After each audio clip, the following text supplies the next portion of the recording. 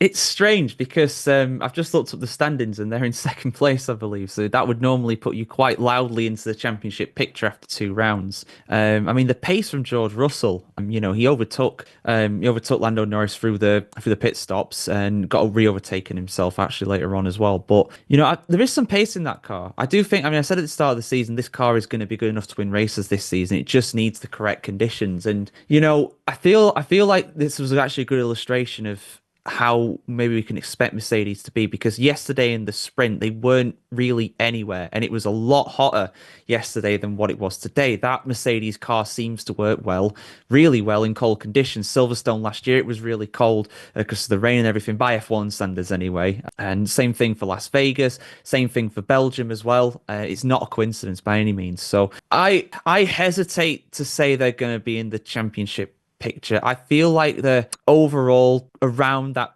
third, fourth fastest car, really. I mean, Antonelli. I'm sure there'll be some people maybe criticizing him today, but this is second F1 race. He's 18 years old. You can't expect him to be consistently amazing every single week. He didn't have the best race today overall. Behind Yuki Tsunoda for a while, but also, credit Yuki Tsunoda. He was fantastic this weekend. Really, really unlucky with strategy and, like I said, his front wing literally just falling to pieces on the straight. I've never seen that before. Need to do some testing for that at the Racing Bulls factory. So I think in the constructors, it's going to be a massive ask, really. McLaren look comfortably the fastest car in most conditions, I would say. Max Verstappen can always produce some magic in that Red Bull. And I feel like in the right conditions, as well as we saw in the sprint race, that Ferrari as well can be very, very quick.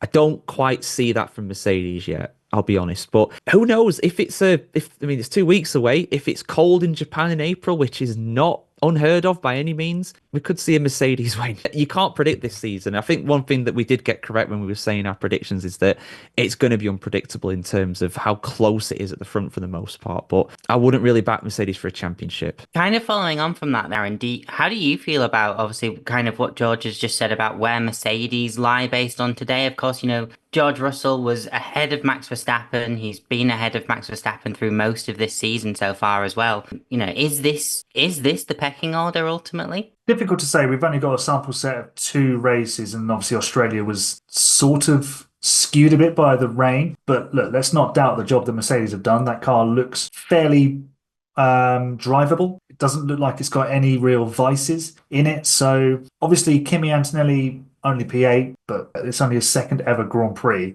at this level. So that it's going to take some time for him to really come to the party in that sense. By the second half of the season, I would expect him to be a lot closer to Russell's pace, getting amongst the Ferraris and challenging perhaps Verstappen on a day where the Red Bull isn't challenging for victory. That Red Bull is on a knife edge as well. So it's going to flip between challenging the McLarens at the front and battling for fifth, sixth, seventh with the Ferraris and the Mercedes. And then, again, with Ferrari, on Friday, Hamilton on pole position for the sprint, won the sprint dominantly, but that was because he had clear position on the track is going to be key this season, especially at circuits like China where it's so difficult to follow and it punishes the front tyres. So sort of back to Mercedes, it's going to be very situational. Mercedes are going to be up and down. There might be weekends where suddenly they are the fastest car because of the situation that they find themselves in. And that's the sort of season that we want to see. We don't want to walk into a race weekend knowing, okay, well, this team's going to be the fastest, this team's going to be second, and these are the teams that are going to be at the back.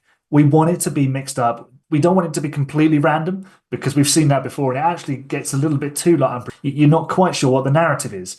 You're just sort of responding to everything. And there can be too much shock and awe and excitement. But I think if we have a steady sort of fluctuation in terms of what we can expect to see, and then it's about the teams developing the cars as much as they will this season. They won't do a huge amount because they'll be focusing on 2026. So you might see races where Mercedes are the top team. But I echo George's thoughts. I don't think they're going to win the constructors title. If they put something together on that card that really elevates it, George Russell's consistency at the moment could get him into the hunt. But it's just a little step off at the moment. There doesn't seem to be, from one of those three chasing teams, anyone who looks like they're going to really step up and match McLaren. It's probably more likely that McLaren will pull away because they've got that advantage and everyone else will just turn their attention to 2026 and look to have their own advantage next year. So it's going to be sort of a watch this space, but like George said, Mercedes probably not favourites for the title or really considering a charge for it.